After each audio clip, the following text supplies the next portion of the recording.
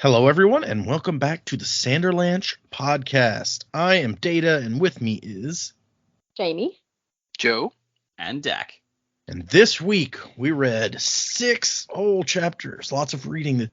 We are reading Elantris, chapters 26 through 31, right through the end of part 1 and into the beginning of part 2 of the book. I don't know if you guys remember that it was divided into parts when we started, because that was half a book ago.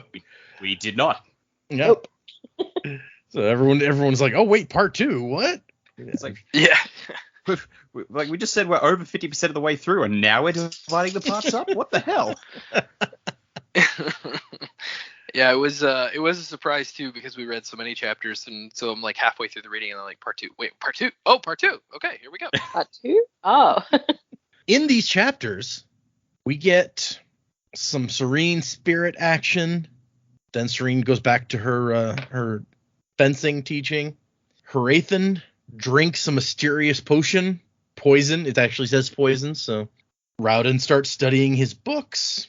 And then things go horribly awry for Sarene's food handing out process when Sheor's men invade. After that, the king decides it's time to wipe out Elantris, and Sarene has to stop him. Hrathen gets thrown into Elantris, and finally, Hrathen and Iadon have to say goodbye to a friend. Hang on to something, everyone. The Sanderlanche is about to begin. Feed the fire, set me free in this city of dreams. Push my mind into overload. Hack the wire, smash the gene in this city of dreams. We'll be immortal in the code. Mind into overload. So yeah, 6 whole chapters this time. What did you guys think of these? I almost want to say action-packed. I don't know if action-packed is the right word, but there's definitely stuff happening. What did you guys think of these chapters? Well, yeah, I mean, like, not hugely action-packed, but I really enjoyed the shorter chapters. I like getting the different viewpoints, like, sort of quicker. I feel like we've had, I guess, fairly long chapters from each viewpoint, which have been really good to get different information, but they could have been broken up a little bit. So I actually liked reading it this way. I was pretty surprised when Hrathen drank the poison. I was like, whoa, dude, what are you doing? And I was like, he's going to, like, a knives out sort of situation or frame Dilla for his murder or something. And I was like, That would be extreme, yeah. That would be different. That's a different way of doing it. I didn't expect it to go where it went, but I thought it was pretty cool. I'm enjoying the stuff about Sarene and Hrathen as well. We knew it was only a matter of time before Sheor's men attacked in some form, so I'm kind of glad we got that out of the way. I thought Iadon, he got his guards on that really fast. I don't know if he's just had a plan there ready to go to be like, yep, we're going to wipe out Elantris at any moment. But I thought, yeah, his action was really quick on that. I'm glad that they didn't destroy Elantris. I like that there's still, Sarene's kind of still interested in Hrathen and what's going on in there. So that will obviously unfold how it unfolds. Yeah, and then Hrathen getting himself into Elantris. That's bold. Yeah, I think we sort of know what he's trying to accomplish there, but I'm very interested to see how that unfolds and how our characters wind up on that side of the fence. But I really liked it. I thought it was a good read. Nice little, I guess, teaser type things as well. I like how Ian keeps popping up. Right. Occasionally I sort of forget about him and then he comes back and I'm like, oh yeah, that guy. I look forward to sort of seeing how they maybe can fix him. Maybe they fix Ian first or something. I don't know. And again, getting a little bit more information about the magic squares instead of triangles and things like that. I thought that was quite a good way to put it too. So I'm really looking forward to see where that goes. But yeah, I quite enjoyed these chapters. I thought they were really good. I had the same thought as you about Iadon. Like, it's like, wow, he did that fast. But then I think you're probably right that he thought from the beginning that Sarene's outings were going to result bad. Everyone thought the first time she went in that the Elantrians were just going to kill them or something. So this is probably something he had in his mind from the beginning to be like, oh, when this goes wrong, I'll finally get to do that, whatever. Yeah. I don't know. We'll see. Yeah. I didn't think he was that smart, to be honest, but Well, yeah, okay, that's a good point, actually. but having something in your back pocket in case your nobility that you've sent in there, or not that you've sent in there, reluctantly allowed to go in there, something happens to them, you're going to want to fight back pretty damn fast. It's not about Sarene, it's about everyone else that's in there. So, yeah. Well, and she says that he's basically been looking for an excuse to get rid of Elantris for years, so. Yeah. Oh, I loved her takedown of him as well. Oh my gosh, that was crazy. It's just a room everywhere. It's like, yeah, he's sitting crying in his office. What an asshole. Got to say though, on your point, it's like, yeah, good, like glad that he didn't destroy Elantris. Can you imagine if he did, and that was just the end of the book? Yeah. I was thinking it could be the ending. Wow, this is pretty hard. Be a real hardcore bummer. ending, yeah. It still could end that way. Everybody died. Just everybody's gonna die. Honestly, I was more interested in her idea that like Hrathen just kills himself. Like 50% of the way through the book, one of our three characters is like, I'm gonna kill myself, and dies. That would be interesting. He does that. Elantris is destroyed. Sarene is the only one of the three left. Just like, well, shit. End. End. Yeah, that's the last line of the book. Oh shit. Wow. Yeah, that would be something. These chapters were good. Lot of interesting twists and turns. So Hrathen getting to know Sarene more and more, and then you see her perspective of that same thing, and it's again, Hrathen stuff is just a bummer.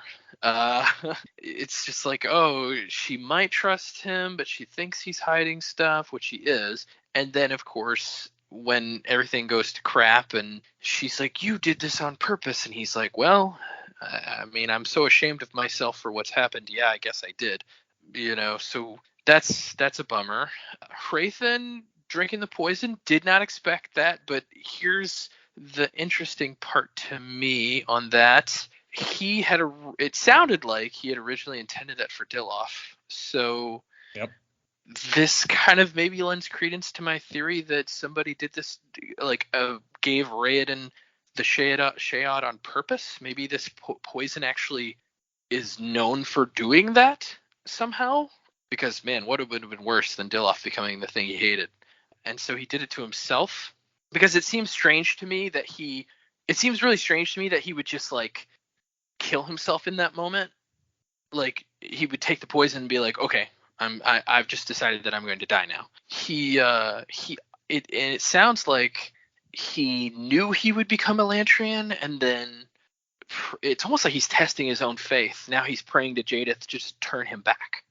So if that's the case, then this poison exists and it can actually turn people into Elantrians, which is weird. Maybe I'm wrong on that, but it just seems like too coincidental to me for him to have drank this poison and then he just happened to be taken by the Shayad or whatever. So that just seems like too much of a coincidence to me for sure, especially if he meant it intentionally for Dilloff. And the fact that he had 4 vials, like, I'm thinking, what did he intend with the other 3?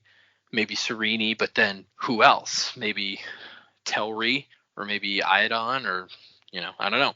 Anyway, so we've got that cool badass warrior monk stuff from Hrathen at the end too, which was cool. Like I said, I wish there was a whole book just devoted to that. And Sarene's sad, Hrathen's sad. I mean, it's just sad. So I'm hoping that things take a turn for the better. Maybe the Gjorn coming to Elantris and possibly becoming part of Spirit's group is going to be beneficial. Maybe this is how we finally get behind Hrathen, who's been our other person we've been following through the books. Maybe this is the turning point where he finally becomes a character that we're actually interested in seeing win, or seeing their plans come to fruition. So maybe that's where we're headed. That'd be cool. Yeah, I could totally see that. As he's been like the bad guy up to now, but he's also one of our 3 main characters. So it's like maybe he's gonna be a good guy, and that's why he's one of our main characters. Yeah, no, like good chapters. I'm honestly glad. I didn't realize till I was reading these chapters, but I've been sort of waiting for Hrathen to do something, because most of his chapters for the last little while, like, aside from, bringing the Elantrian in and bringing it and saving him from being burned at the stake by Dilaf and then having to do it privately anyway, most of his chapters he's just been very introspective or just talking to people about getting his plans in motion. So it's nice that finally, like, we can see his plans starting to come into action in some way, and he's doing more than just like talking to the nobles, talking to Dilaf, thinking about his faith. I was glad that, like, he's actually starting to get in on the action now. He's becoming more involved. He's collided with Hrathen's story, which is cool. So now we'll see that aspect of it. I think that's probably my favorite part of these chapters, was seeing Hrathen get into the thick of things. The raid on the wagons, I mean, we all knew that was coming, and as soon as it did, I'm just like, Sarene's going to figure out that we were holding these people back, and she's going to be pissed. And yep, that's exactly what happened. And Hrathen just, yeah. I guess it's been sort of subtly hinted in the background all this point, but Hrathen just feels like a constant failure, and I feel like his trying to help people out is trying to make up for that. So now that's all come crashing down, and his own self-esteem issues. Like, I mean, yeah, he feels like a failure because if he was successful, he himself wouldn't feel the hunger and the pain, but he does. So he's like, okay, I'm letting myself down at least. But yeah, like, it was sad to see Sanderlanche go. Like, I don't feel we've gotten as attached to the side characters in this book as much as we did for the Mistborn trilogy, but once Sanderlanche was gone, I'm just like, oh, shit, no, he was good. I liked that guy. He deserved better. Yeah, I agree. Sanderlanche, he's one of the characters that I feel like you don't notice that much until he's suddenly gone. And it's interesting because in the annotations somewhere, Brandon's like, yeah, I didn't really intend for this character to have like as big a part as he ends up having. He was just kind of a one-note or one-off character at the beginning, and then I just realized that he like filled this need in the story, so he kept coming back.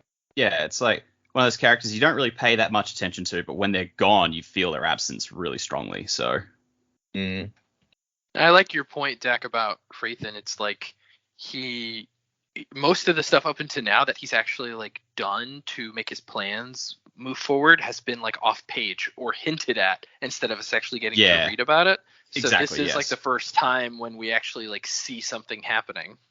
Yeah, and he gets to show off more of his skills getting into the combat. And when Sheor's men came upon him and he just beat the shit out of him, I'm just like, all right, that's why people are afraid of this guy.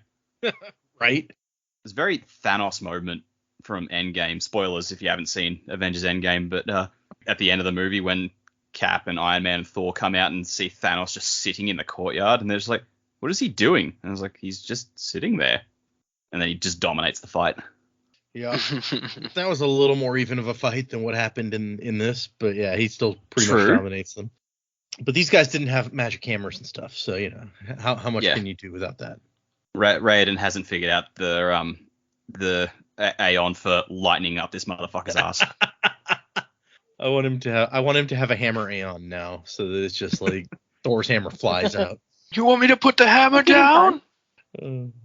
No, please don't. Oh, goodness. Okay, I guess let's get into these chapters. So we start out with Sarene leaving Elantris, and Ace shows up, and she's like, oh, so Spirit is the one in charge? He's like, yeah. Like, it turns out that all the information about the gang leaders, that's outdated. This guy just showed up and took over everything. Some people say he is Sheor, but he defeated both Karada and Andon. And the second confrontation involved an enormous battle of some sort. Well, almost. A building didn't fall over. That's what happened. Yeah, that's true. Yeah. This Seon seems to be the worst at gathering intel, but I guess his sources just aren't very good is the problem. I mean, how many people knew what happened at that fight? Like, right. At that really only fight. the people in Hrathen's circle who he wouldn't probably go to for intel. I mean, maybe some of like Andon's guys who were there, but most of them apparently joined Sheor's wild men, so they may not even talk anymore. There's whatever. No, you got to be a beast man now. Oh. Yeah, you can't come in here being all normal. What do you think you're doing? Eloquence has no place here. Is he just relying on the rumors, or is he actually talking to somebody? Because I feel like none of them would be used to seeing a Seon that's actually got it together. Like, that's got to be a bit weird, especially if someone comes in and is like, so, tell me what happened here. Who is this spirit guy? And then, Sheor's men who, act like beasts most of the time stop and go, well, man, look, this is what happened. And yeah, we put up a really big fight. Yeah. That's how that went. Like, I just don't see that happening. I would love to know how he's actually finding out his information. He's just, I don't know, I assume he's floating around, just integrating himself and no one notices. Oh yeah, maybe he's just like listening and overhearing stuff. I just assumed he was approaching random people, be like, "Hey, will you talk to me?" Because before he was like, "Yeah, they're like asking me for food, like I could carry them food." But I guess some of the ones that aren't as together probably wouldn't notice the difference, which is not exactly a reliable source of information. They may be more talkative now that they're getting food every day. He's like, "Hey, I'm friends with that lady who brings you food. You want to help me out?" Yeah, possibly. And so Sarene's like, so the people I'm meeting with are imposters, which isn't entirely true because Karada is really Karada, but that's not Andon. No, yeah. Not that, I mean, we could produce Andon if you really want, but it wouldn't be that interesting for you. So I feel like that would shatter the illusion at this point. Well, yeah, but she's already disillusioned now. This man has no mustache. Where is the mustache? The mustache of leadership is not present. I don't trust this man. There is like this is a sidebar. There is like a statistic, I've heard it somewhere, maybe it's total BS, but that apparently people that have facial hair are seen as more trustworthy than people who don't have men who don't have facial hair. Huh. Interesting. Yeah, so like Okay. a clean-shaven man is not is not deemed as trustworthy as one who has facial hair. And yet one trying to disguise themselves would be wearing fake facial hair. Yeah, you're right. Maybe that's why they need to disguise themselves. Indeed. I need my own mustache of leadership. Clearly, that'll help me in life. Yeah, you can go to Dollar Tree and get, like a $1 mustache. It comes with like 7 mustaches. We did that one time when we went to like a karaoke night. We all wore mustaches. It was pretty fun. You just swap out from day to day what you want a mustache to look like that day. Yeah. Well, it was funny too because we were doing karaoke wearing the mustaches, and this guy was like, "Oh man, I really like your mustache." I was like, "Oh really? Do you want one?" He's like, "Wait, what?" And I was like, "Yeah, it's a fake mustache." And he was How like, drunk was that guy? he had just showed up, so if he was drunk, that's pretty impressive. But yeah, She's just gone, here, you can have it, and just hand it to him. Oh no, seriously, I had like 5 of them, and I was like, "Here, you want one?" He's like, "Hell yeah!" And so and he also had a mustache. Mustache karaoke night. That's what they started after you left. They're like, hey, this is catching on. We're gonna do mustache karaoke. We actually, that was like one of the last times that bar was open. It's not open anymore, so maybe we killed it. Maybe the mustaches killed it. Mustache night down. killed it. Yep. Yeah. Just they could never live up to mustache night again. So what can you do? Mustache. Too much leadership in one space. Exactly. Yeah, that's what it was, yeah. Too many people butting heads over leadership roles because of the mustaches. Can't have so many leaders. They lead in different directions. Yeah. No, I am mustachicus. I am mustachicus. I like how Serene's like, she says she's not really upset about all the lies. She's like, you have to expect a measure of subterfuge in any political engagement. But inside, she's like, oh, but I wanted Spirit to have been telling me the truth. I'm starting to trust him. It's not a good idea, but, And then I'm not sure I actually understand the end of this section where it's like she hits a bump and a couple boxes fall over. She's like, next time we see Shuden, remind me to kick him. I'm like, what did Shuden do? She, it says at the start, like, she wanted to ask Shuden for a ride in his coach, but Lady Tarina got in first, and so she has to ride in the food cart. I'd forgotten that part. Okay, Shuden and his new lady friend. Yeah. She's real jealous for whatever reason. And so we cut to the fencing practice. And apparently it's become really popular. Everyone loves it. Also, everyone loves Shuden, so he keeps showing up to these things also, so maybe that helps with her attendance. And like Iandel's also there, and he's like, hey, they're actually improving. And she's like, yeah, I mean, did you think I was that bad a teacher? He's like, no, I'm... And Luke was like, she's teasing you. He just swats her with a paper. Yep. I think Lukel in this chapter is just so much fun when he's so like full of himself and on his big business deal that he made. Which I don't think they actually explain that, do they? I don't. Well, it's okay. So it says that he took a bite out of a bright red sour melon. He hadn't revealed how he'd managed to get a shipment of fruit an entire month before the season began, a fact that was making the rest of the mercantile community rabid with jealousy. So I guess he's the only one with these sour melons because the season hasn't started yet, so he made a killing off of that. Okay. I feel like this has got to be important. It's like, secret business deal. The sour melons are the key to everything. Lukel's going to be secretly having a business deal with like Fjorden, and he turns out to be the bad guy. Ooh. Wow. Deep. Yeah. Secret business deal through the mountains. There are mountains separating this country from the other countries. So, yeah, maybe he found a secret passage. That's how he got them a month early. So the king is safe. They made enough money off his deal with Teod to keep him on his throne. Yay! And also, our friend Iadon, who Dak never trusted, has fled the country. I was kind of right. Honestly, we haven't heard much I wasn't from right him at all. lately.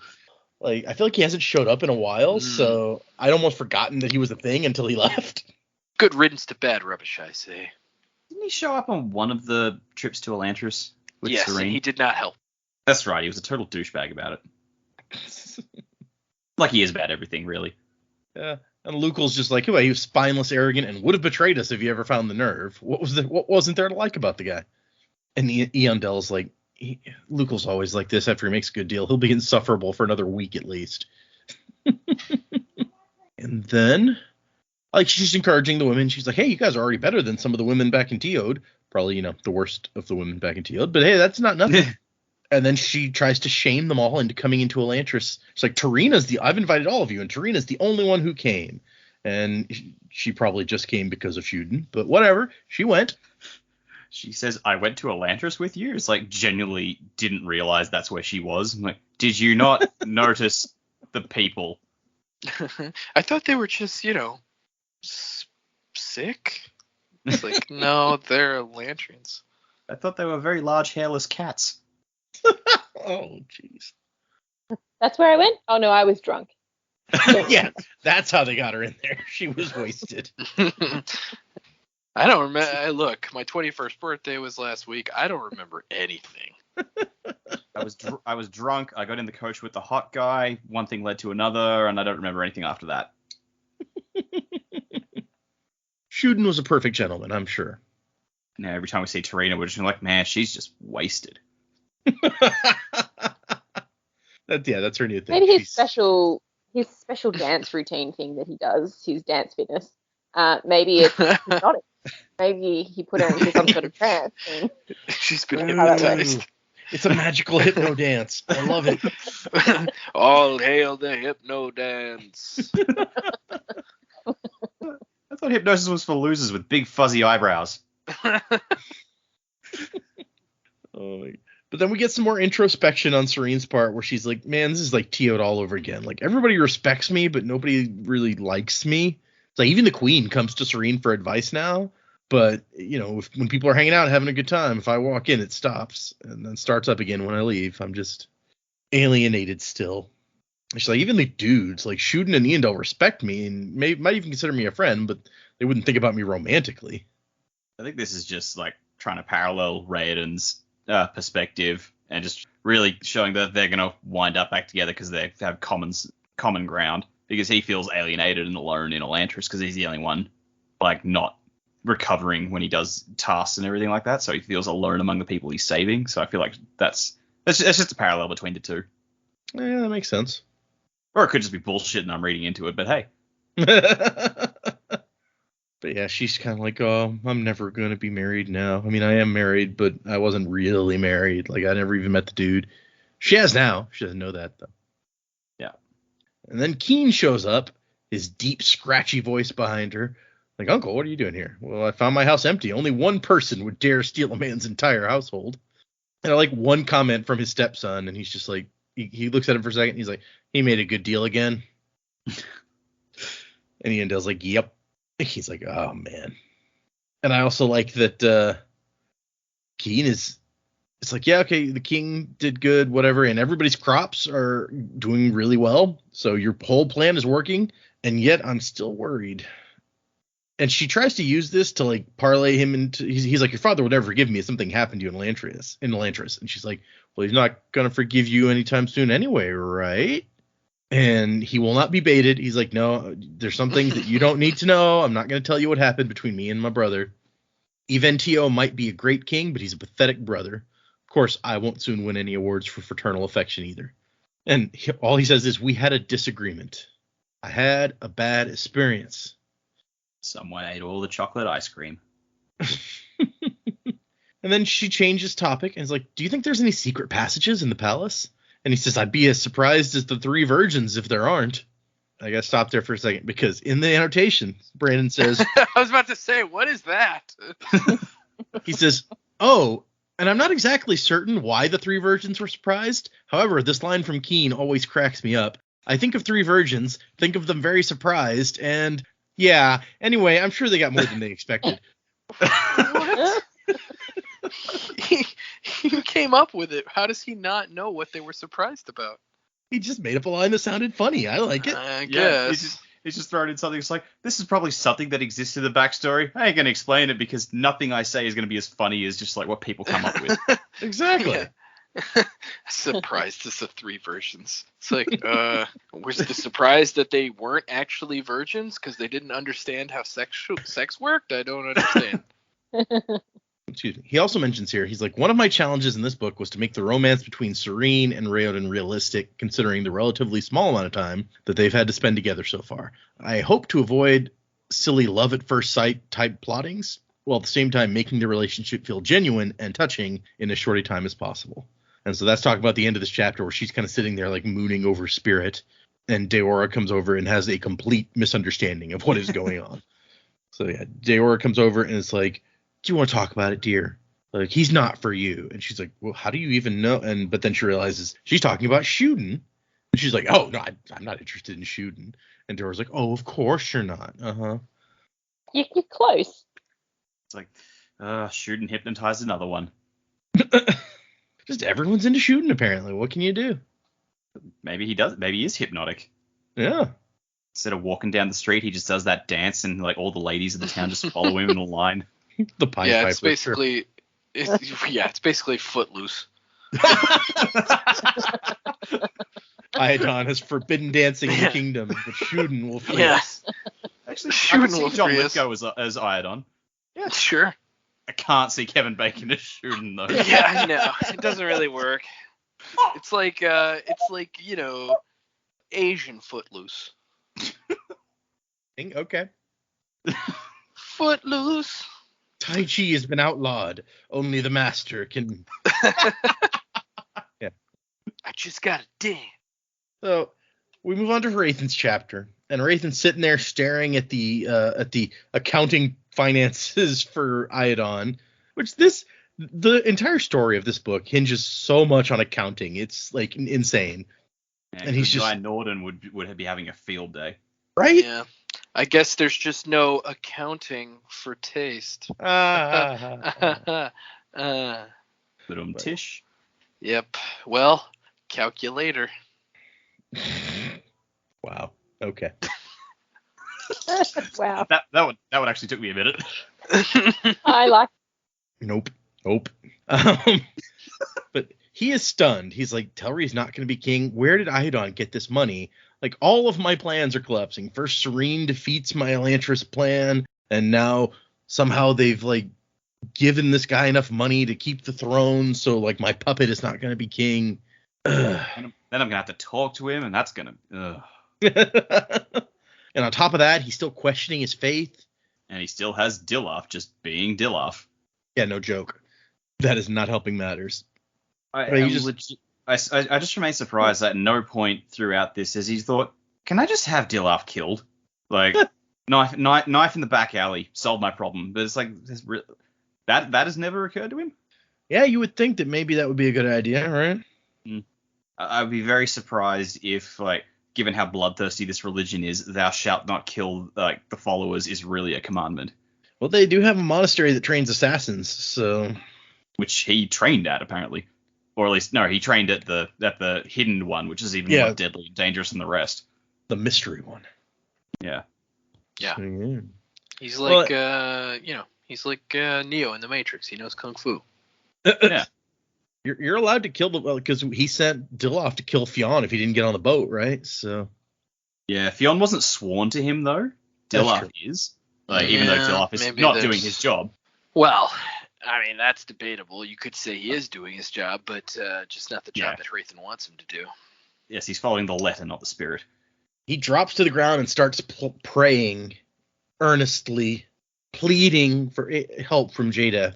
And apparently he's at it for like hours, because when somebody comes in, he's like, "Geez, has it really been that long?" Yeah. So let's conservatively say that it sunsets at like 5 p.m. So that's at least 5 hours of praying this dude's doing. That's some serious praying. Yeah. Yeah, it says he'd begun prayers just before noon. So yeah, he gets the box that this guy delivers, and it says, "My Lord Hrathen, here's the poison you requested." He only requested 2 doses, but it does say 4 vials. So. Yeah, so he didn't intend to give it to 4 people unless you need a double dose. Yeah, and it doesn't say he drank 2, so I assume. Yeah. Yeah. Maybe one would just make you sick, and somehow it brought on the Rayad. I don't, or Shayad, not Rayad. See, what I thought was the poison like gives you the appearance of being an Elantrian, but none of the unfortunate side effects. And then he's got to drink. And then he's got to drink the second vial to get rid of the appearance. And so that's Go ahead. I'm sorry.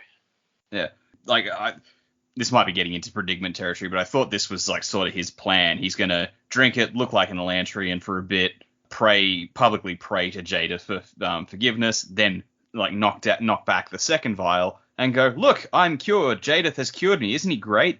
Because it says originally he was going to give that to Diloff. But now he's just like, well, Diloff is like, I can't, like, he's already stealing all my followers from me. I can't make him the messiah of this little Elantrian thing, so I'll have to do it myself. I would agree with you. I would agree with you, except that nobody but the Elantrians are witnessing him constantly praying. So, and nobody gives a shit what they say. So there are rumors, Joe. The rumors get out. Yeah, so, I mean, Ian could be rumor mongering about this as we speak, but Ian's behind the rumors. Brilliant. Yeah. H goes and talks to Ian. Yeah. Yeah. So like, so is Galadon. So I just don't see that playing out, because it's like, what are they just gonna take his word for it? It's like, yeah, dude, I prayed real hard and now I'm cured. Well, I mean, if he can show that he got cured, then that will be pretty good evidence that something cured him. Sure. Yeah, he was publicly thrown in there. He wasn't though. That was kind of the thing. Oh, but like his entire congregations, like he wandered around the chapel and they all saw him looking like that, and it's like, what the shit? Yeah, that is true for sure. Plus, he's only in like the first courtyard. He hasn't moved. But so people are on the wall watching him. And he's sitting there praying, and all of a sudden, magically, his condition goes away. Yeah, I don't think that's going to happen, especially because don't they strip him of everything? So, like, if he had a vial on him... Oh, that's a good point. They would have been like, yo, what's this? Yep, unless he hit it somewhere very uncomfortable, he's probably not going to have a vial. Yeah. I hit this uncomfortable vial up my ass. I just thought it would be a time frame thing. It would fade. The effects would fade or something. Yeah, maybe that's pray and pray for a week, and then all of a sudden it'll go, and everyone will see that praying to Jadeth cured him, and then that's how he'll get the followers, because no one wants to be an Elantrian. Yeah, I'm just trying to make my theory work at the at the expense of your theories, where there's an actual way to bring on the Shayad. So. When was the last time we had theories go to war with each other? Orser. Yes. Wow. Okay. That was a good one. But yeah. I had to spend an entire book trying to discourage his Orsor theory. I would not be tamed, sir. Just like I won't be tamed off of this, Shayad was caused on purpose thing. But I think Viewers, if you want to donate to us, you can all bet money on who's correct. Yeah. Well, I just like, it just sticks in my craw, right? Like the coincidence of a young prince who's completely in what's the word I'm looking for? Not contrast, but who's completely in disagreement with his father on most matters, who's all of a sudden taken after the deal has been struck for him to have a wife and for his kingdom to have like financial benefits from said thing. Like all of a sudden he's taken by the Shayad suddenly, even though he was in good health. And was the door just pouring out of him super hard? Like, I don't get why that would happen.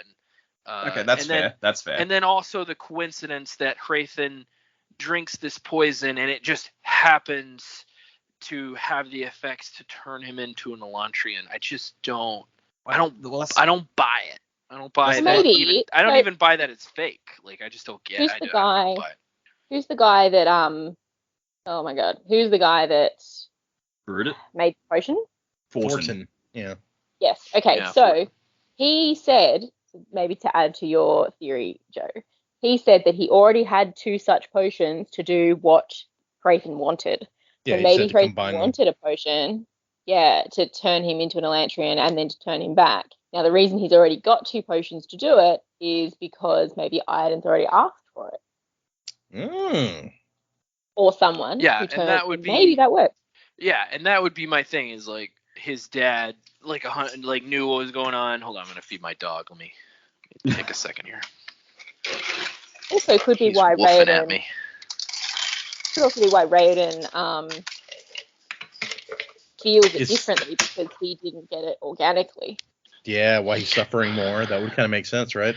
Yeah, I have a different theory about that. My theory why he's suffering more, which I just came up with after reading this, is that he keeps trying to use the Aeons, and Raiden has come up with the theory that like the Aeon's not being used properly because there's something interrupting the flow. So because he keeps tracing them and trying to use it, that's sending more like It's door backlashing energy. on him. Yeah, it's basically back every symbol he draws, like basically the energy flow, because it's all jacked up, keeps like pushing back on him and causing him pain. That's my theory on that. I like that.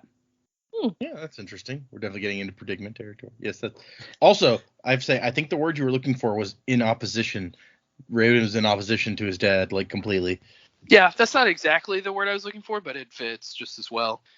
He's sitting there thinking. I find it interesting that he says he had forgotten about the call to Fortin. So whatever this potion is, or this poison, it wasn't like integral to some plan he had going. He wasn't sitting here waiting for it to show up. He was like, oh right, that thing. I had some like half plan That was to a give it to spur of the Dilloff. moment late night internet purchase. It's so Yeah. He was like drunk. He had his credit card out watching the Home Shopping Network, and he was like, oh, hell yeah, that looks good. I'm going to buy that. I'm going to chop these onions so good, they're going to get chopped. Slap chopped. Yeah, fun. Hook me up with some of that blotchy face shit. You know the one I mean. Yeah, that. It's stuff that it's purple drink, or at least he turns you purple. You know what I'm saying? And then it's just he swishes the poison around in his vial and then downs it, and that is the end of the part. I feel like that's a pretty good cliffhanger for part 1, because nobody was expecting that. No one was expecting part 1 to end. Well, yeah, We'd forgotten there were parts. Yeah, this true. is 58% of the way through the book, and part 1 ends. In the annotations, Brandon says, yes, his drinking the poison is supposed to be a zing. Theoretically, this will push you on into the next section of the book. The slower portions of the novel are beginning to wind down, and things are going to start moving a little more quickly. Sander is beginning to lanch. A What? little bit. So we cut to Hrathen in his library at the beginning of part 2. Part 2 is The Call of Elantris, by the way. The whole book was originally going to be titled The Spirit of Elantris, and his editor convinced him to change to just Elantris. So then he made The Spirit of Elantris the title of part 3, and then had to come up with titles for part 1 and 2. So we got The Shadow of Elantris, The Call of Elantris, and then The Spirit of Elantris. So apparently there are so many books. He says that the bookshelves extend out of sight. So that's a long-ass room of books if you can't even see them. Also, And- those have to be some very well constructed bookshelves. Right? Yeah. It's like the Owl Library. Yeah, like the Owl Library. So Kurata managed to make a discovery of the catalog. It's like a set of books over here is the catalog of the rest of the library. So that was lucky, or he might have just been wandering around forever. But from that, he was able to find the books on Aeon Door and selected the least complicated volume he could find and started learning. They keep the place pretty much a secret, especially the pool, because Rowden's worried that people just go start throwing themselves in there if they found out there was a way to end the pain. I feel like all those people you have, like the Hoed, who are not getting any better, maybe it would be nice to a nice gesture to put them in there. But then again, I don't know if that's a decision you can make for them. Also, people like the non-Hoed would then start asking questions like, where are all those people? It's true. Like, we put them in a box. Yeah. Yeah, they're just in boxes. It's fine. Oh man. But he's still thinking about how the pain keeps getting worse and worse for him, and he has to try to figure this shit out before it's too late. And so he's starting to learn about Aeon equations. So not just Aeons, there's equations involved. It's math. So even small differences in how you draw them can make big differences in what the Aeons end up doing. So he's like, a line drawn longer in proportion to the rest of it could have drastic effects. And so he starts picking up on the theory of it. Now that he's got the simple starting place, he starts to understand how this all works and fits together. The door is a powerful reservoir just beyond the normal senses. Its only desire is to escape. It exists in a place full of pressure, and so the energy pushes its way through any exit. However, because of its nature, it can only get into our world, the physical world rather, through a properly sized and shaped opening. So they create this by drawing the Aeons, and that creates an opening the door can pass through, but also dictates what the energy will do once it gets out. But if even one thing is a bit off, then it may not be able to enter at all, like a square trying to force its way through a round hole. I also like how we get into, he's like, some of the theorists describe the process using unfamiliar words like frequency and pulse length. And he's like, yeah, I don't know what that shit means, but Sounds like it's some kind of wave. Something quantum. Yeah. But interestingly, if you'll remember, back in Mistborn, the people who can sense allomancy, pulse length is also a factor in that. It's true. They feel the Yeah. pulsing.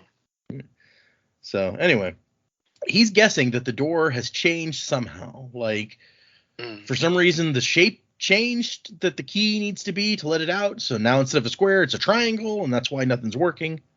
And while he's thinking all this, Ian has somehow wandered into the secret underground library. And Galadon's like, how did that get in here? Dude, your Seon is creepy. Yeah, he's just a little drunk. Give him a break. Galadon's also drunk. Okay. He's like, Ian's just constantly Oh, inebriated. Ian. I thought you meant Galadon. Okay. No, yeah. Caledon's like, oh, Sule, I'm so drunk. Nah, Ian. and he's like, hey guys, just came to see what you're doing so I can start spreading some more rumors.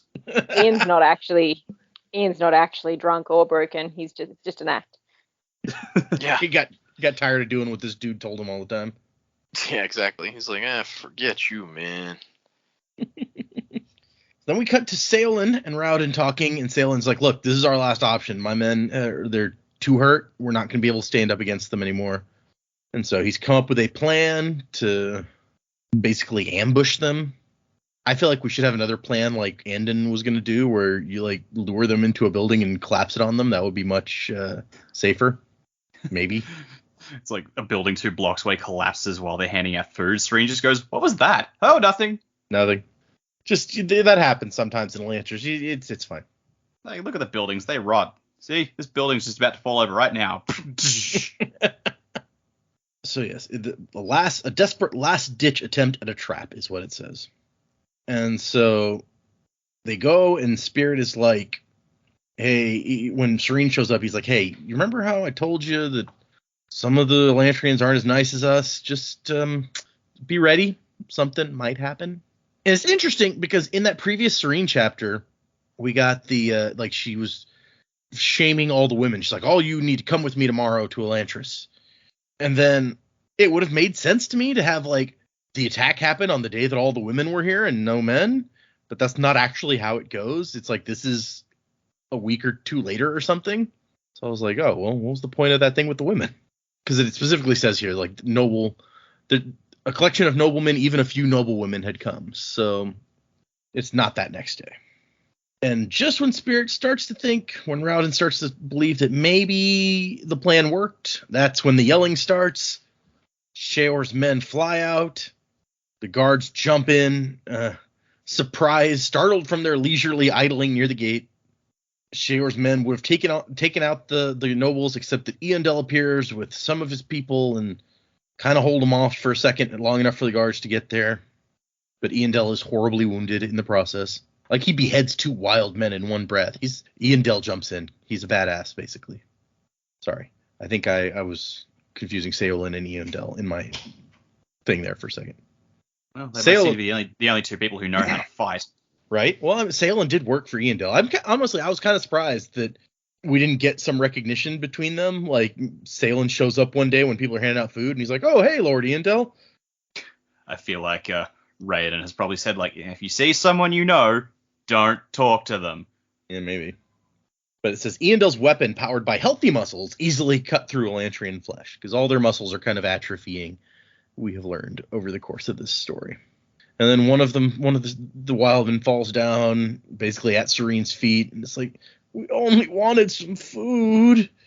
Saying it over and over, like that's his Hoed mantra. And she looks at Hrathen and she's like, you held food back from them, didn't you? And it's true, he did. I mean, there was a good reason for it. It even says that he tried giving them food and it didn't help. They just still wanted to attack where all the food was. So Yep. He's like, yeah, I did. She says, you tyrant. And he's like, yep, I am. It's I know this is not the inflection, but when I read that part and he's just like, yeah, I just thought of like the Joker. The Joker. When, yeah, he's just like, you think you can steal from us and get away with it? Yeah. Little gamble here. Won't be able to get a nickel for his grandma. She like, I almost started trusting you, and then she leaves, dashing towards the gate as the soldiers fall back. And he walks over, and the status part is like Seolin rather has become one of the Hoed, and he's just like, I failed my lord spirit. I was like, oh, that's poor guy. Yeah, man. I mean, that's what I'm saying. Like, these Hrathen and Sarene parts are just like, oh, that's depressing. That's sad. Oh man, I can't believe that happened. What a bummer. So Hrathen stays there holding Seolin, lost in sorrow, for a very long time, until suddenly the gates open. And I think maybe I didn't even realize this time because we were reading this whole section at once. But Brandon talks in the annotations about how this was like supposed to be a big kind of cliffhanger thing, because the gates are opening and you're meant to think that it's these soldiers that we find out in a minute are coming to kill the Elantrians, right? Until you get to the end of Sarene's chapter and you find out that they've told the soldiers not to go in and they've pulled back. And so you're supposed to be like, oh my gosh, why is the gate opening then?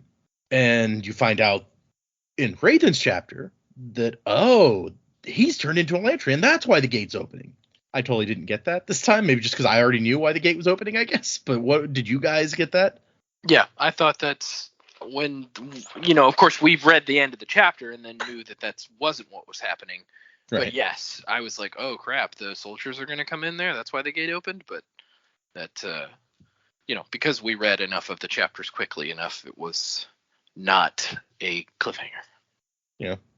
So she comes out and Aisha's like, are you hurt? And she's like, no, I'm fine. And then she explains to Aisha what happened first. He's like, he was withholding food from people. You should have seen them. They were so hungry that the starvation had driven them mad. Spirit's warriors kept them from the courtyard, but they must have finally gotten hungry enough to fight back. I was like, you're not really understanding the situation as well as you think you do, but okay. And she's like, I knew what he was doing. Why does it bother me that I was right? But she really wanted to trust him. She's just crushing on him. That's cute. Yeah. It's cute that they both like each other, even though they're married. Also, I feel like she's not used to naturally seeing the good in people, but she's really seeing it with him. So she's suspicious of the fact that she does see it, and so she's looking for an excuse to not like him. Yeah, I agree. This whole time she's kind of been looking for an excuse to dislike him. So, and it's funny because he's the opposite way, where he always is like seeing the good and the potential in people. Maybe they'll make a good couple for that reason. I was about to if they ever say, get together. it would have been a nice balancing act for them, but Yeah. But yeah, so she's like, this is gonna be a disaster. Now all the nobility will remember now is that they were attacked, and no one will like think nicely of Elantris after this. And then she sees the guards marching up in Iadon's personal guard livery, and she can tell that they're getting ready to kill. And at first, the coachman resisted Sarene's commands that he drive more quickly, but few men found it easy to resist a determined Tio princess. So she's badgering this guy, I guess. Drive faster, faster, damn it! I was expecting her to say, oh, I'll do it, and throw him off the carriage and take the reins herself. That does seem like her, right? And so she basically busts into the king's room, and he's like, whatever it is, it'll wait. And she's like, what the hell do you think you're doing? He's like, there's been an attack on my court. I have to respond. He's like, don't give me that shit. You've been looking for an excuse to destroy them for 10 years. Only the people's superstitions kept you back. And he's like, and your point? Like, I knew that already. So what are you trying to say? And he's like, you should be grateful. It's your honor that was slighted here. And she's like, I can defend my own honor. Thank you very much. And she sees that he's signing a paper that says like Elantris and extermination. So yeah, those aren't good words to have paired together right there. And it's funny because he does know that his son is in there. So he didn't like his son that much in the first place, I guess. So maybe it doesn't bother him, but still, it's kind of harsh. Like in his head, they're not worth saving, regardless of who they are. So he doesn't see them as people. Yeah. On that note, though, I did find it interesting that he actually used her name here rather than calling her princess or girl for the first time. It's true. I hadn't even thought about that. It kind of stuck out to me. It's like, oh, okay. Like after their last confrontation, he recognizes her as someone worth giving a name to. Yeah. He also calls her princess, which is a respectful title, I guess. So. Yeah, true. Yeah. Yeah, maybe she got a little respect out of him after the last time. She spends all that credit here, though. Yeah. Yeah, I think the ramifications of what she's doing here are not going to be so great. I can't imagine anything good coming out of this. But yeah, she's like, go back. He's like, go back to your room, Sarene. This will all be over in a matter of hours. And she is like, you listen to me, you are going to get those soldiers away from Elantris, and you are going to leave those people alone. Otherwise, I'm going to tell people what I know about you. And he snorts. And she's like, really? Really? You're going to give me that? You're going to feel differently when everybody knows the truth. How you think your court, they already make fun of you when you're not looking. How you think they're going to feel when they find out that the only reason you're still king is because I did you a favor? I saved your crown. I had to practically give you money to keep you on the throne. How are people going to feel? You're going to look like an even bigger fool than everyone already thinks you are. Can't even hold on to your own kingdom after you've like squashed it in your greedy hands and enslaved the people. It's like, how's it going to look when everyone finds out that you're indebted to a woman and a foolish girl at that? And he loses all steam, and she hands him a pen and some paper, and she's like, repeal it. And he does. And she goes, Aish, go stop the soldiers, tell them new orders are coming. And we find out here that apparently a Seon can move faster than a galloping horse when he wants to. So that's interesting information. And then she tells one of the guards who's been standing there this whole time to take this letter to the soldiers. And he does. And then the other guard is standing there super awkwardly for a second. And he's like, I'll go make sure that he gets there. Just don't want to be here. Whoop, whoop, whoop, whoop. Yeah. She closes the door behind her as she leaves, and the king is crying to himself with his head in his hands. Oh my gosh. It's just a measure of how much we don't like Iadon that, like, I did not feel any sympathy for him in this moment. Like, he's utterly broken. Yeah. I'm just like, you had this coming, dude. Yeah. It's like, well, that's, you're crying. You're a grown man crying because a girl told you that you sucked. Good. So, that's on you, bro. That's on you, bro. And in the annotations, Brandon says, here's where we get the payoff for several hundred pages worth of hinting at Iadon's insecurity and paranoia. Plotting, in my estimation, is all about payoffs. You have to earn your plot, and you do this by putting the pieces together in the right places, so when you get to a climax, even a smaller one, your readers accept what's happening. So yeah, I think that we had sufficient build-up to Iadon being a spineless little shit that I'm not surprised here. And it feels satisfying and not sympathetic at all. So, as Dak said. Oh, goodness. So yes, by the time Sarene gets to Elantris, the orders had already arrived, and they're just standing around. And she's like, you guys go home. And the captain's like, no, We received orders not to attack, but not to leave. And then a guy shows up and is like, here's the orders for you to leave. And Sarene goes up to the top, and from the top of the wall, she can see Hrathen down there, like cradling Salen in his arms. And she also sees apparently a body that's been like cut in half. It says his legs were lying a dozen feet from his chest.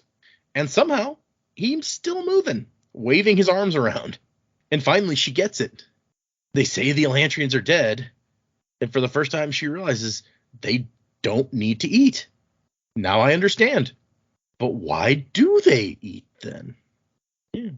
It really sucks that your body doesn't do anything and doesn't apparently need energy from you to survive, but it still really wants the food. That's like the worst.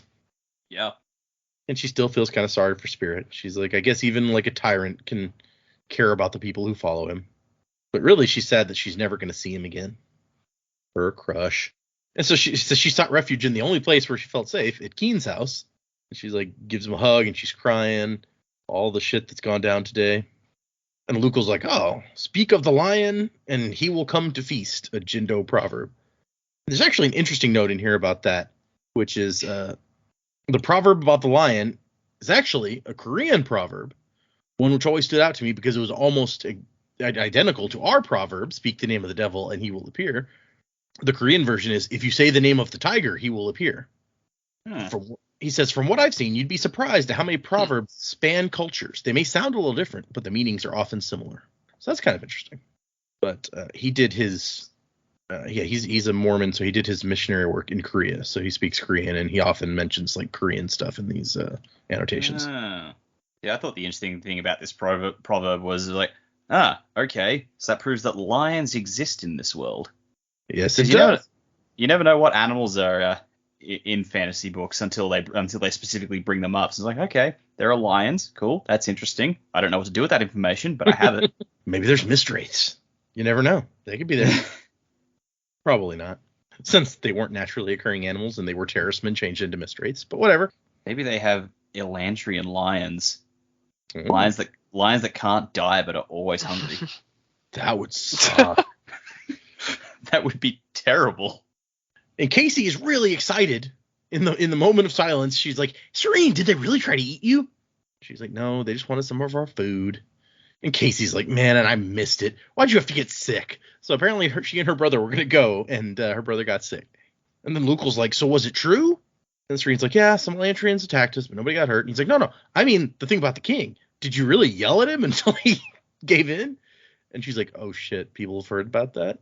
They say your voice resounded all the way to the main hall. Iadon still hasn't left his study. That's not good that everyone has heard this. That makes the whole thing even worse. Yeah, because if they hear the specifics of what she was yelling, she's like, oh, I'll tell everyone what I did to save you. And they're just like, well, we know now.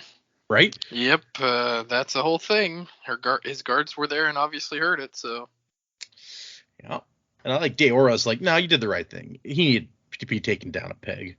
And Serene's like, it wasn't really hard. Beneath all that bluster, he's very insecure. And she's like, most men are, dear. Thanks. I'm not saying it's not true, but just you didn't have to put it out there like that. Like, seriously, come on. Let's just, finish Deora's thought and say that most people are. Yeah, and Serene's like, man, Iadon is not going to react well. And Luke was like, it's fine. You can just yell at him again. And Keen's like, no, monarchs can't afford to be reprimanded in public. This is going to be bad. And Luke who you got to remember, it may still be high on his like awesome business deal. So he's a little flippant. It's like, maybe he'll just abdicate in favor of Sarene. At which point Aish floats in the window and he's like, that's exactly what your dad was worried about. You guys remember in like the second chapter of this book, he's like, do not overthrow the king and like put yourself on the throne or whatever. Queen Sarene. Oh God, this is exactly what I did want to happen. He calls her up and she's like, what the hell happened?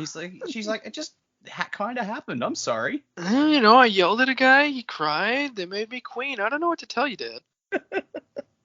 But I believe she promised him she would wait at least 2 months before doing something like that, and I don't think it's been 2 months yet. So no, it's probably been like a month and a half tops. She couldn't even keep that promise. Jeez.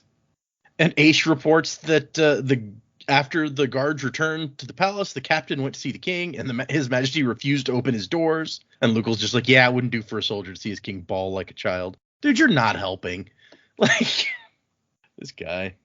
And then Shootin shows up. He's like, I just heard some interesting news. And Luke was like, yeah, about Sarene. And Shootin's like, oh, no, this is something else. He's like, that's old news. That's 5 minutes ago news. And Serene's like, well, what else could possibly have happened? And Shootin's like, you're never going to believe who the Sheod took last night.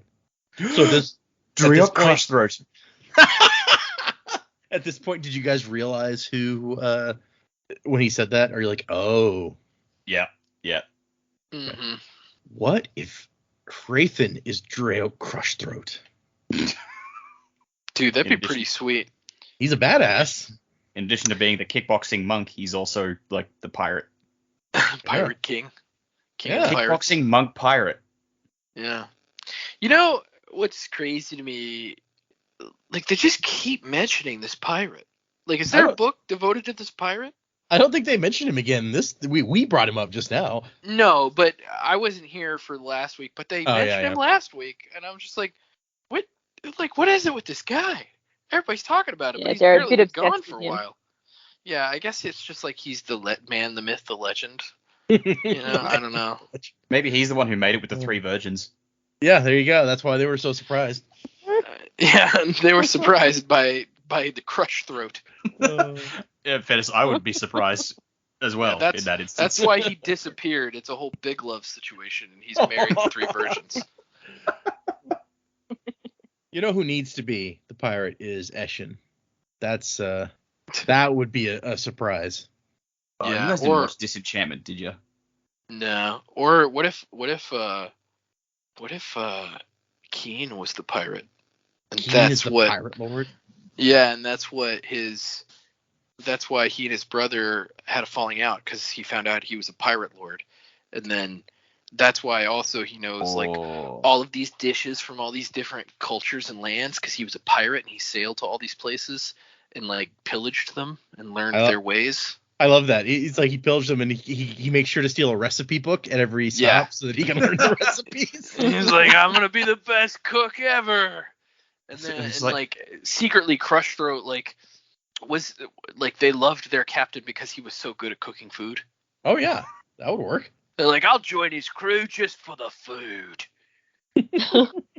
So it depends on the day. Some days he might cook you the best feast ever. Some days he might crush your throat. But hey, it's worth it for a good meal. Yeah, exactly. Some days he'll cook you up a sauce so delicious you think you died and gone to Domi.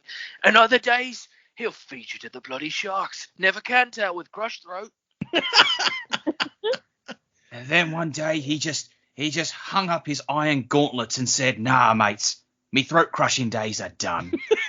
And we were like, no, who's going to serve us delicious food now? I have to learn to cook me own shit. What the hell, Cap? Yeah. This is new headcanon. Yeah. Keen the cooking pirate, the legendary cooking pirate. I love it. Right. I love that all his Bizarrely crew cockney had to be crew. like Michael Caine. Right, Yeah. exactly. And that's why I'm here peeling potatoes, because Crushthroat's gone and left me.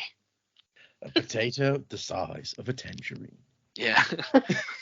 I was peeling a potato the size of a tangerine. That's not a very big potato. No, it's not. Well, you know, it's more about the flavour than the size. You know what I mean? Oh my I mean, gosh. you could wind up like the first mate who the first thing he tried to cook was one of them Elantrian lions. Oh, Yeah. things didn't work out well for Stomp Boot. No. Way to bring us full circle, Dak. Good job. Yo. Yeah. He, that lion let loose, ate about half the crew. It still wasn't satiated, so we had to truck him overboard. We couldn't even figure out where it was going. Like, there wasn't enough room in him for all the crew members, but he ate them all anyway. Have you ever seen an Elantrian lion? It's just like a big hairless cat. It's disgusting. Oh, it would be hairless too, wouldn't it? Yeah. Oh my gosh, that is horrifying. It was terrifying. Terrifying. Okay. Okay. That's. Oh my gosh, we're gonna have to come back to that. See it now. I know, right? Oh, not a good picture. So Hrathen didn't try to hide the transformation. He just walks through in the middle of morning services. It was worth the loss of hair to see Dilloth's reaction. Hrathen, you're an Elantrian. Shut up, baby. I know it. And the Karathi priests show up a little bit later to, put him in a white robe and take him away. The confused Dilloff watching from his alcove, his eyes openly hating Hrathen for the first time. Which, yeah, he would. But I can also understand why he's confused. It's like, apparently everyone knows that only, like, people from Erelon and stuff get taken by the Sheods. So this is like, what on earth is happening here? So, yeah, they wash him, wrap him in some white cloth, give him a little basket. But when they get to the city, the soldiers are blocking the way. And we know what soldiers these are because we just saw them in the previous chapters. So they take him off to a side room to wait for a couple hours, it says. And apparently it says he'd heard that they only throw people in Elantris during a certain time of day, but I guess it was more of a window of time than a specific moment because eventually they give him the basket and they offer a prayer and they shove him through. And so, yeah, he just stands there. He drops his basket, drops to his knees and starts praying to Jadeath loudly. Lift this taint from my blood, restore me to life. I implore you with all the power of my position as a holy Gyorn. And he just keeps repeating it again and again. And once again, yeah, this chapter is extremely short. In our last chapter, they start out putting Saolin in the pool so that he dissolves. And Raoden's like, I wanted to give him the mercy of the pool because his wound was so terrible, but also because I would not be able to walk into the Hall of the Fallen if I had to listen to him being like, I failed my Lord's spirit over and over, which I get. That's messed up. Oh, yeah. That would just fuck you up. And he's like, oh, man, this is all my fault. But then it turns out, like, the people start coming back when they realize Sarene's not showing up again with any more food. And they come back actually more confident in, like, he says that they realize that it takes more than food. It takes more than not being in pain to be happy. So they're looking for something more now before they were just wanting food, basically. And not only that, but more of them are coming than came before. Something about Sarene's, like, bringing food all the time kind of snapped them out of their just wandering around aimlessly. Yeah. So that's nice. And then we get Galadon and Raoden looking at the Gyorn and discussing, it's like, this guy shouldn't be here. Like, they don't get taken. Only people from Erelon, Teod, and occasionally Duladel get taken. And so they're discussing, like, how the hell did this happen? And it's been 3 days since he got here, and he's still praying. And so Raoden's like, I guess when he's done praying, we'll go and invite him to join us. And like Galadon, like, yeah, like we haven't tried praying before. I feel like Galadon's working out some issues because he's just been told that Duladel fell to the Fjordan Empire, so now he's confronted with a Fjordal priest. He's just like, man, fuck that guy. Yeah, he doesn't even know that this is the guy who's responsible, but yeah. He's just bearing a grudge. And then they start to see some of Sheor's men slinking around to get the food from Hrathen, and they're like, oh, Raoden's like, come on, we gotta go save him. Dola can burn me for helping a Gyorn. And they round the side of the building just in time to see Hrathen leap to his feet, spinning with near inhuman speed, and catching Sheor's man by the head, snapping his neck, and throwing him against the gate. Then he does a spin kick and tosses another one across the courtyard. I mean, do we need more evidence that we obviously need a film, or not a film, but a book about this monastery? I mean, come on. Right? A documentary. He like gives a guy some rabbit punches to the face and then a kick. I like Dak's idea documentary. It's like, I'm going in depth and undercover in this monastery to find out just what it is about the Fjordell Empire's secret monks that we don't know. I want it to be like one of those like action adventure YouTubers who's just way over the top, and he's like, we're going in. We're going to see stuff nobody's ever seen before. Oh my gosh. Shaky cam. Yeah. And then like Dr. Horrible style, it cuts to him the next day, and he's just like, his face is all just beating the shit out of him. Just like, my kickboxing needs work. Yep. Yeah. Not even that. Just like immediately he walks in, and then they're like, oh God, they've spotted us. And then they get killed immediately, and the camera just falls over and it goes to static. Yep. Oh, okay. Let's see. So, yeah, the two men who could still move decide to leave, and the one guy with a broken neck is still laying there whimpering. And Raoden's just like, man, what a pity. We could have used those guys back in New Elantris. He doesn't mention being impressed like Galadon does when Galadon's like, man, we should have realized that Dorothi priests could take care of themselves. Oh no, like right before that, Raiden's running up and he just sort of stops dead. His mouth falls open. He's like, what? Yeah, that's true. So he'd heard that Dorothi priests have to train in the infamous monasteries, but assumed that a middle-aged Gjorn would not have maintained his skills. Well, you assume incorrectly, sir. And Galadon's like, well, I don't know what we can do about, like, the wild men. And Raoden has come up with a plan. They move into Sheor's territory so quickly that nobody notices them until they're right in the middle. They start howling. And Daishi, I guess, has kind of taken the place of Salen. He's one of the only fighting men left. And Raoden's plan is to take a big-ass bag of the seed corn, and they get close enough to hear Sheor screaming, bring me food, I want food, and then commanding them to kill the intruders. But it's too late. They've spilled the corn onto the floor of the bank, and all the Sheor's men care about is the food that suddenly showed up. So she's screaming, kill them, but they're too busy stuffing their mouths. It's like total boss move. Instead of a mic drop, it's a corn drop. And then it just cuts to the first one shows up a few hours later at New Elantris, and he's just holding some of this corn. And this is where it tells us it's the seed corn. It's corn that's hardened over the winter for planting. And Raoden has built a big fire using a bunch of their wood because it's a big-ass fire, and Galadon did not approve of this, but he needed to get their attention and remind them of something. So the guy walks up, and he's got, handfuls of slimy corn, or actually got a sack, a sack of corn that he's managed to have in there, and he says, cook. I mean, Raoden has to be like, no. Don't pretend you don't understand me. You can't have been here longer than 6 months. You have not forgotten language. Don't give me that shit. And so, yeah, finally, guys, the guy says, cook. And that's where you find out it's the seed. It's too painful for them to chew or swallow, basically. Like, you can't eat this straight. So he'd hoped that the combination of this inedible food and the fire would remind them, hey, cooking is a thing, and bring them back to civilization. So he says, I won't cook for you, but I will let you do it for yourself. And that is the end of the chapter. Really just seems like he's just out of fucks to give at this point. He's like, I lost Salen. All right, Sheor. Storms into her camp, like doesn't give a shit, dumps corn everywhere, leaves. And then when they finally come back, he's like, no, you got to earn it, bitch. Well, I think what he's trying to do is make them remember and give them purpose. Well, he is, but he's doing it in he's a less gentle way than he was doing before to the other people. He is. I don't think he's run out of fucks, though. But Brandon mentions, I was going to hit the annotations a little bit on this because he says, I knew Raoden had to have more difficulty with Sheor's band than with the other two. Quote unquote, defeating Karada and Tan happened quickly and with relative ease. If Sheor's band had not presented a problem, then the entire three gangs plot would have been unfulfilling. So in these chapters, I step up the danger from Sheor's crew.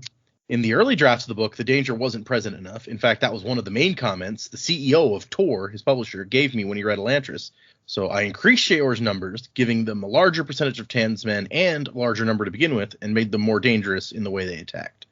So that's interesting. I remember we talked about after the first two gangs went down. It's like this is not as the gang storyline has not been as satisfying as we had hoped, basically. Yeah. So we don't know for sure this is the end, but if this was the end of the Sheor section, would you feel it was more satisfying, or does it still seem a little fast? It doesn't seem fast, but it does still seem somewhat unsatisfying. Okay, that's fair. That's assuming this brings everyone across, though. Like, I feel like Sheor's still gonna be a little shit. Yeah. She's gonna be like, they're gonna have to like train her to not be terrible, basically. She's gonna be man, it's been so long I don't even remember her name. Who's the girl we all hate that was in Debris? Orianne. Orianne. Yeah. She's gonna be the Orianne of the piece. Mm. Boo. We don't need any Orianne. We don't need no Orianne. We don't need no... Hey, thought control. No, that totally works because she does that. See? What does she have? The wig of godhood? Yeah, the wig of godhood. That sounds right. Yeah. Mustache of leadership, wig of godhood. Corn of servitude. Corn of servitude. Okay, I guess let's get into... Well, Karada had the Children of Hope. It's true. Yeah, that's fair. Child of Hope. The unicorn of servitude. With our powers combined, we make Captain Elantris. Predicaments, people. What do we think is going to happen next? Well, I think we already sort of talked about, oh my god, I forgot his name, Hrathen's poison situation. So I won't touch more on that one. Bit of a wild one. I'm going to throw my hand up for a wild one. Lucal made so much money off his sour melon trade deal that he will be king. Ooh, that would be a good deal if it was like that big. Nice. Okay, I like it. They went too far the other way. Have all the sour melons. Only I have sour melon. Yeah, Sheor's band. I think there will be many of them will come across, and Raoden's numbers will increase. But I think that gang will probably still present a problem. I think too. I think I said last week or the week before that I didn't think Hrathen was gonna heal. Like they might get everyone else to heal, but I think he'll be different.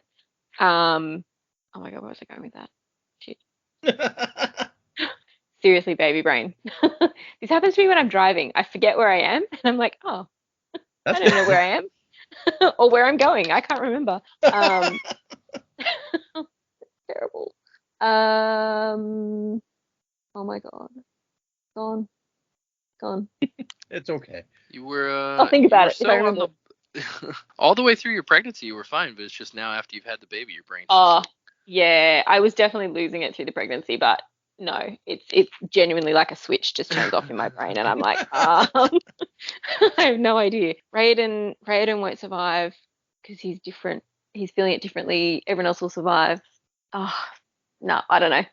I'll think about it. I'll circle back to me at the end if I remember what it was. Okay, fair enough. So yeah, we've talked a little bit about throughout some of our predictions, but I'll just maybe go over and reiterate some of the stuff I was saying. So like, I don't think the Raoden stuff is coincidental. Him becoming Elantrian, and now Hrathen becoming Elantrian. I while I understand and can see the likelihood of what Dak and Jamie have said about Hrathen, I really do think he has become an Elantrian, and that somehow that potion like does that. Because what worse thing could he have done to Dilloth? Because he had originally intended for Dilloth. What worse thing could he have done to Dilloth than make him an Elantrian? Yeah, that's true. So I think it's very possible that was done to Raoden on purpose, and that Hrathen did it to himself on purpose for some ulterior motive. What that motive is, I don't know. I mean, I want to believe, because right before he drank the potion, he was basically trying to see if he could really push his faith out, not maybe push, but maybe really trust in his God again. And so like I almost think that he drank the poison to basically test his faith and test his God, to say like, I am putting my entire life in your hands, because I want to believe in you so much, to have that zeal and faith again, that I'm going to drink this poison, and I'm going to pray to you to bring me back out of this Elantrian state that I'm going to put myself into. So I almost think he's coming more from a motivation of like, he wants to believe so badly that his God can do anything, that he's now put himself in this situation on purpose to try to prove it. And that probably is not going to work out well for him. So my predicament for him is that when he eventually comes to the conclusion that he is now an Elantrian and it's not going to end, that he will get to know Spirit and then join his cause, because at least it's a productive cause within Elantris. So I think that's how he's going to kind of fit in to the plot. In the same token, I think that Sarene, even though she's saying, "Oh, I'll never see Spirit again," I think I still am holding out hope that the two of them are going to get together, and he will finally disclose that he is Hrathen, and then that's going to be enough for her to basically want to help him as much as possible and do whatever she can. And predicament long game, I think the foreshadowing and the goofiness of the thing about her dad saying, don't overthrow the king, and then them joking like maybe she'll be queen. Like I think that's what's going to end up happening. I think like Hrathen's going to be like the leader of Elantris at the end of the book, and I think Sarene's going to be the leader of Erelon, and like they'll rule in this weird like tandem way. It's like Hrathen's leading from Elantris, she's leading from Erelon, and because they're married, and it works out. That's what I'm hoping long game happens at the end of the book. That's interesting. That would be kind of a cool setup at the end, where she kind of gets her own country, but also she's like still kind of whatever with her Elantrian husband or whatever. Yeah. Okay. Okay, so I've got two theories, and they both revolve around Hrathen. Like I said before, I think that Hrathen's potion was specifically designed for him to do a double blind, where it's like, oh, I've become an Elantrian, but then I prayed so hard I healed. I think originally he was going to give it to Dilaf, and now he's realized Dilaf is too dangerous to let him become the Messiah, so he's decided to do it himself. But he still has those other vials. I think Joe was right. It's like he can't sneak a vial in to cure him, so I don't think any of those vials are for a cure. They must all be for other people he's going to dose up. So I feel like he might try and spike the three people who are in most opposition to his cause. He might try and get rid of Omen, Iadon, and Sarene with those vials and make them all Elantrians. And then once they heal and come out of it, he can just say like, "I prayed for you," and make it. And it looks like all his plan. And then because they're the three that are most strongly opposed to him, I think.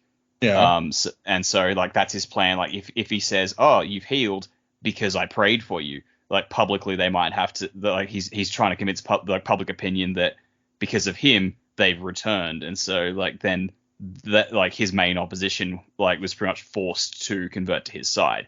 Interesting. So like, I feel like that's a bit of a wild one, but I think that's probably where that goes. The other thing that I had is like before that all happens, he's obviously got to have some time in Elantris. I feel like he's going to wander around a bit. He's going to come across Sheor's men, and now that Sheor's power over them has broken, he might set himself up as the new godlike figure for them. He's like, follow me, like, and like, and if he does turn back from Elantrian to a normal looking fella, and they all see it, like he might convince them all. It's like, you can be like me if you follow Shu-Dereth and renounce your wicked ways or whatever. And then he's got an army of Elantrian beastmen to follow along and do his will. So that would be dangerous. Yeah. Okay. I think that may have been my favorite one. Just the picture of like he's gonna walk out like the gates of Elantris and be like, "My minions," and then like the beastmen are follow. That's intimidating. Yeah, he's like, I prayed hard and now I am well. You can do the same, and I will protect you. And he brings them with him.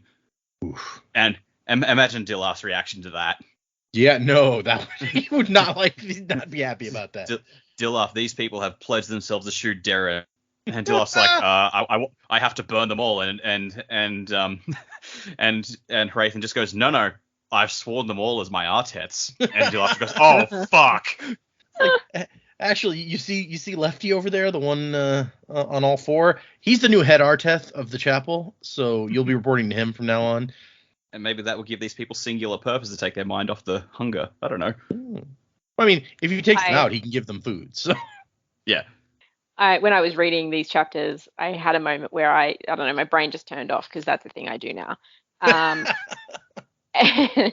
I'd read something. There was a line, and it was something that was like Dilaf was like a crafty Arteth or something. And I don't know. I really misread it, and I got the word Arteth was bitch. So he's a crafty bitch. I was like, okay. Now I've just got this image of Hrathen coming out with his Arteth. Not Arteths. It's like, my bitches. Hrathen, you got real sassy all of a sudden. Okay. I know. Every time I read it, I giggle. Every time I read that word, I just giggle a little bit. Oh no. This is what's in my head now. He kicks in the door of the chapel with the Elantrian beastmen following him, looks up at Dilaf and goes, "Who's the crafty one now, bitch?" Yep. Now every time the word Arteth shows up, that's gonna be in my head too. You've ruined it. Yep. If it's ruined for me, it must be ruined for all. That's fair. Okay, we have 3 emails this week. 2 of them were actually from last week, but the computer died, so we didn't get to read them. So here we go. Also, to remind everyone, we are recording several episodes kind of close together. So if you are sending an email, maybe a few weeks before you hear it, because we're banking some episodes so we can take a break of a few weeks later without you guys missing out on much. So the first one is from Daniel. And Daniel says, "Hi all, I just finished episode 13, and Jamie got the Say's Hero of Ages prediction right. Huge! She's had a few huge predicaments. Love the show and making my way through it." And I replied to Daniel and said, "Yeah, that was a good one. Jamie's really sharp with some of her predictions." And he replied, "I thought it was equally impressive how cool you handled it and gave nothing away." Which, thanks, Daniel. Episode 13's really early. Yep. Yeah, that's the one that when we had the best of the whole, like the 3 best predicaments from the whole series, that was the one I pulled out for you where you're like, "I think maybe the Hero of Ages will be Say's." And you were like, "I forgot I said that." Yeah. Yeah. So once again, I forgot I said that. Been a while. Also, it's like it's going to be months before he gets up to this episode and actually hears his email come in. Oh, yeah, And probably. that's when he'll go, "Oh, I forgot I sent that." I forgot I said that. Exactly. Yep. It all full circle once again. Yep. He's like, "Oh, it's me from the past. Oh yeah, I forgot I said that."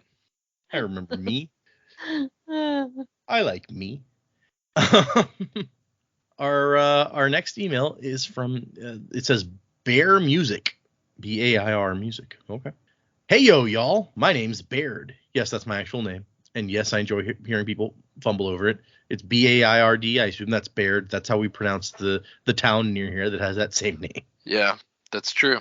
I've decided to give your baby is Bairn, and that's Bairn. So Oh yeah, Bairn. Sure, I've heard that one too. Yep.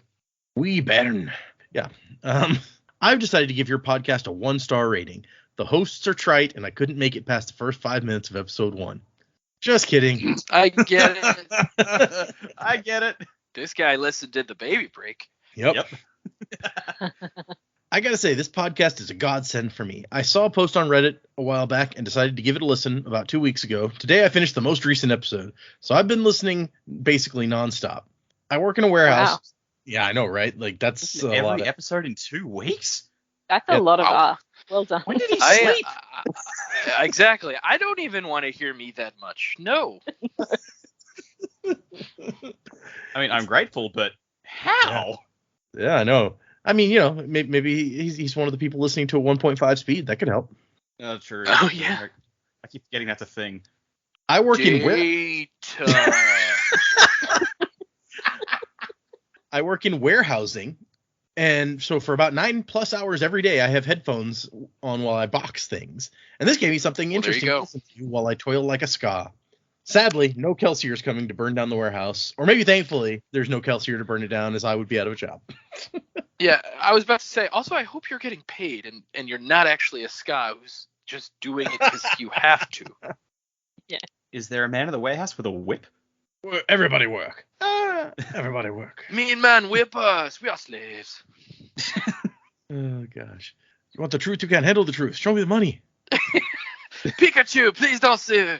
Oh, man. Clerks cartoon is the best thing ever. Only 6 episodes. And honestly, I rewatched them not that long ago, and it's very 90s, early 2000s in, like, the gay jokes and stuff, which I was like, ooh, that wouldn't go over very well today. Yeah, those parts not so good, but the crazy, random, hilarious stuff.